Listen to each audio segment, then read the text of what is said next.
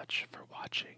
This is going to be part 6 of the walk, and I've said this in other videos, but if you haven't seen the other parts of this storytelling, feel free to check those out first if you are looking to really hear the entire story. If this is the first video that you are watching of this story, you can definitely stick around. I like every chapter, so I won't stop you from doing that. That being said, this is a story that I've written myself, just so that you're aware. It's called The Walk, and we are currently going to get into part 6. This chapter is entitled 7:30. It was a strange few steps through the opening of the new trail. The traveler felt strained and tired, and unable to keep himself from marching forward into the uncomfortable gloom. As the light fell and the blackness overtook him, the traveler bent his head downwards and lowered his eyelids almost to a point of full closure. He saw pebbles and sticks bouncing around the path from his feet, knocking them about. His shoulders slouched forward, exposing the open side of his back, and his legs wobbled each time he moved one of them forward. He trotted through the murk and accepted it as if he had been expecting it to swallow him from the start. Thoughts of the old man rushed through his mushy brain, and then seemed to exit just as quickly. The traveler looked back and saw the entrance close behind him. Even though the sight scared him, there was little he could do but drag onward with a hopeless posture. Every few seconds he'd poke his eyes upward to look at the endless lines of judging oak trees, each one more disappointed than the last. Shrugging in a moment of silence, the traveler reached into his front pocket and pulled out his iPhone. He then slipped his backpack off his left shoulder and unzipped one of the pockets to grab his earbuds. Untangling them with his wrists, he plugged them into his phone and scrolled through his music library. He began shuffling a playlist he had made a few days earlier, and skipped each song as random bits of music passed through his eardrums. "Mumford," he said. "No, not right now," pressing his thumb to the screen. "Kendrick, definitely not." He continued searching until he came across a quiet Radiohead song that contented him well enough. As moaning chants of the music dispersed from the earbuds, the traveler was able to look forward and see a large clearing ahead of him through the trees. A glimmer of water peeked through some of the small cracks between the tree trunks. Light from a now rising moon was shining off of a hidden pond in the distance. The traveler was able to make out the rounded edges of the body of water as he approached it with a steady jog. He halted his pace to arrive at the pond's edge and gaze upon the water. It shimmered in his eyes, with each little ripple bending the water's surface like a pliable piece of plastic. Between the shining waves were perfectly black sheets of liquid, which were reflecting light from an impressive moon overhead. The light was so faint that it barely landed on the traveler's skin and brought only silhouettes of the surrounding area into clear sight. The pond was perfectly round in shape and surrounded by weeds and cattails. Next to the traveler, a tiny cloud of black flies hovered over a patch of bittersweet and circled in the dimness of the lunar rays. They didn't make sound or continue in the direction of the traveler. Instead, they veered off slowly and quietly through the cattails and into the forest. Watching the flies drift away, the traveler then quickly removed his earbuds and stuffed his phone into his pocket and continued staring. He found a medium-sized boulder which hung a third of itself over the edge of the water. Jumping on its top side, he took a seat and crossed his legs as he leaned back and allowed his arms to support his body. His eyes scanned through some of the bunches of large thorn bushes and water clovers on the far side of the pond, which were laid out along some of the other smaller rocks. There were strands of submerged milfoil scattered around the perimeter along with small patches of yellowish foam, which bubbled like suds of dish soap. Circles of rippled water bounced around the surface as strider bugs slid along with the persona of tiny water dancers. The traveler could not see their small bodies, but had noticed the remnants of their movement. He enjoyed seeing the phantom circles move sporadically around the shiny and smooth surface. The water's blackness was sleek and purely polished, and its mirrored reflection displayed the dim moon, leaving nothing but submerged secrets awaiting beneath. As the traveler's eyes glazed over the glossy pool, a sudden rustle came from a thicket of reeds on the opposite side. The noise continued for a few seconds as the traveler craned his neck and squinted his eyelids to have a closer look. He did not notice any critters or errant breezes shuffling the reeds together from where he sat, nor could he see past the large honeysuckle bush beside it. Keeping watchful, he moved his head forward and closed his eyes until only a small sliver of his pupils focused in on the moving plants. They swayed and brushed against each other for a few more moments until they stopped, and the traveler saw a small pair of eyeballs open from within the entangled reeds. Shocked, he frantically scuffed his muddy shoes on the boulder and pushed himself backwards. The traveler recoiled as he lowered his eyebrows to continue investigating, and he saw the two tiny eyes that were not blinking, but were fixed on him. He knew he had been spotted. As he peered across the pond, the blue eyes then vanished, and a small head-shaped sphere darted into the honeysuckle bush, leaving the reeds swaying again. The eyes opened a second time from the cover of the large bush. It was even more difficult for the traveler to observe them now, but they were undoubtedly still locked onto him, remaining still and unflinched. The honeysuckle bush then slowly started to emanate a small aura of light, which glimmered and grew to a bright luminous orb. As the plant became aglow, the traveler promptly placed his arm in front of his face to block out its radiance. He was momentarily blinded by the sight, but was still trying to keep it in view as he lowered his arm enough to see the blue-eyed creature emerge from the plant and float towards the edge of the water. As it revealed itself, the traveler could make out the figure of a tiny white female. It was smaller in height than the length of his forearm, and was thin with long glowing white hair.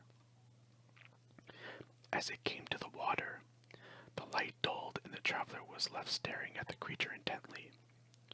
It reached the edge of the pond across from him, and continued to float above the water, leaving a white trail of mist behind it. Moving slowly, the traveler saw the creature's reflection on the dark surface of the pond as it inched itself towards him. Anxious and uneasy, he crawled backwards further on the boulder until there was no more room to move. His eyes widened as the small figure got even closer and eventually stopped just before the edge of the overhanging rock. The traveler paused for a moment and squinted his eyes once more as he fidgeted with his lips and began to breathe deeply. His face scrunched with concern as the tiny creature stared up at him with its blue eyes and a curious grin. After a few seconds, it raised its hand at the traveler and wiggled its tiny fingers in recognition.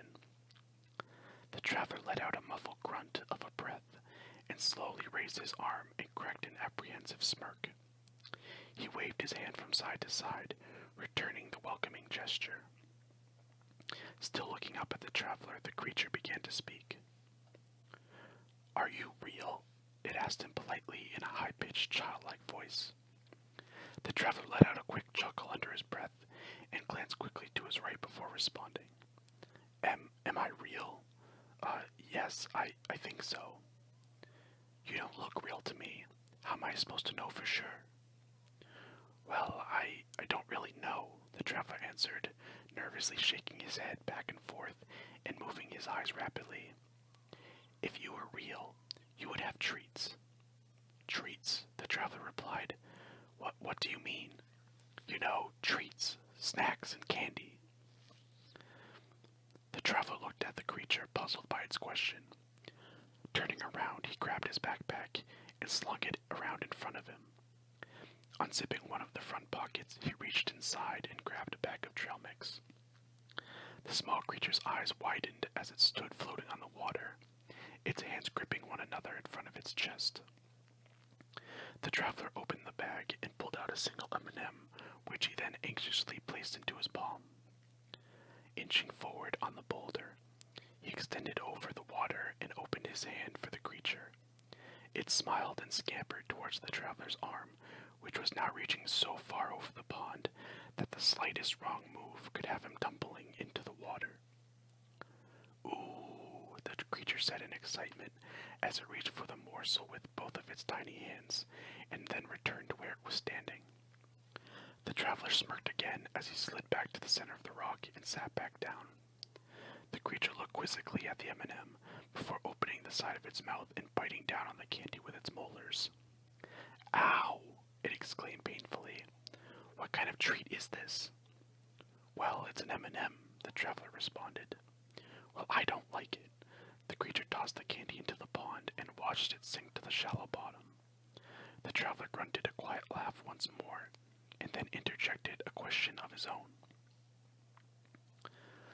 Sorry, this is strange for me, but what are you? Well, I'm a nymph, of course. What are you? Me, I'm a man. A human man, I guess. You mean you don't know? No, I do. I'm a man. The traveler let out a full laugh and smirked again at the little nymph as it raised an eyebrow in confusion. Well, human man, your treats are awful. The nymph made a spitting sound as it looked down at the water. The traveler shrugged his shoulders and replied, I'm sorry, I guess M&Ms aren't for everyone. May I ask you what you're doing here? This is my home. Well, not just this pond, of course, but the whole forest.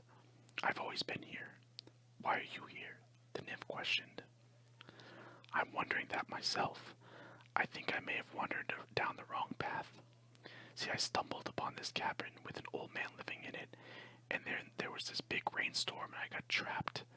And then some of these mean oak trees forced me to go down this path to where I am now. I really just wanted to hike the White Dot Trail today. The White Dot Trail, the nymph interrupted. I know the White Dot Trail. I've heard it's not very popular amongst the outer folk. Outer folk, the traveler asked. The nymph put its hand up to the side of its mouth and began to whisper. I think that's what you are. Sounds like a better name than human man, if you ask me. But I could show you how to get back to the trail if you like. Hearing this, the traveler sat up straight in surprise. You do that for me? Well, thanks, that'd be great. I really need to get back. Of course, but I better get something out of it, and not another one of your green rock candies. The traveler laughed and stood up on the rock. Jumping down, he adjusted his backpack and watched the nymph float onto the bank of the pond next to where he stood. He looked down at the creature and put out his arm, gesturing the nymph to lead him forward. 8 o'clock. Thank you guys once again for listening to part 6 of the walk. That chapter was entitled 7:30, as I said before. So hope you like that one. If you have any comments or opinions about it, I'd love to hear it. Of course, you know, I've said this before, I'm not a published writer. I don't write professionally or anything like that. I'm just a person who likes to write, and I like to write about, you know, nature. So hopefully that gives you a little bit of insight into maybe what the story is all about and why I'm writing it. So with that being said, I wanted to go into a little bit after this chapter, just talking about some inspirations for this particular part of the story, in particular meeting the nymph, the forest nymph. The traveler meets this little fairy creature, and actually the first picture you see that I show of the little tiny girl who's standing on the log, that is exactly the image I had in my mind of what this man was talking to. So the second picture of the one who's sitting on the stump isn't actually what I was picturing. Look, if you go back in the video, if you like, and look at that first photo of the nymph, that's actually exactly what I'm picturing. So that might, hopefully, that gives you kind of insight into what the travelers actually were talking to during this, because it looks just like that in my mind. But an inspiration for this part of the story was actually some ASMR videos. Now, of course, I love ASMR. It helps me sleep and all this.